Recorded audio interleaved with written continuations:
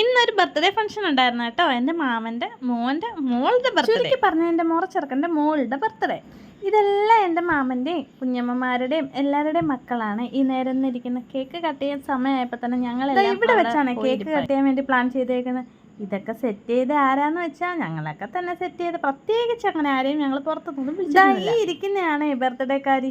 അങ്ങനെ നീണ്ട കാത്തിരിപ്പിന് ശേഷം കേക്ക് വന്നു, ഫുഡ് വന്നു, അങ്ങനെ കാര്യങ്ങൾ ഓരോന്നോരോന്നായിട്ട് വരും. ഒരു ലാവൻഡർ കളറിലാണ് അവർ തീമുകളെല്ലാം സെറ്റ് ചെയ്ത് വെച്ചിരുന്നത്. കേക്കും ഡ്രസ്സും എല്ലാം ലാവൻഡർ കളറാണ്. എന്നാൽ ഉണ്ണിക്കണ്ണനൊക്കെ മുൻപന്തി വന്നിരിപ്പുണ്ട് കേക്ക് കട്ടുന്ന കാണാനായിട്ട് കേട്ടോ. പിള്ളേരെ പോലെ തന്നെ ഞങ്ങൾ എല്ലാവരും കേക്ക് കട്ട് ചെയ്യുന്നതും കാത്തിരിക്കുകയാണ്. കാത്തിരിപ്പിനൊടുവിൽ ഇതാണ്ട് കേക്ക് കട്ട് ചെയ്യാനുള്ള ആളുകൾ വന്നിട്ടുണ്ട്. വേറെ ആരും അല്ല, നമ്മുടെ ബർത്ത്ഡേക്കാരിയും പുള്ളിക്കാരുടെ അച്ഛനും അമ്മയും.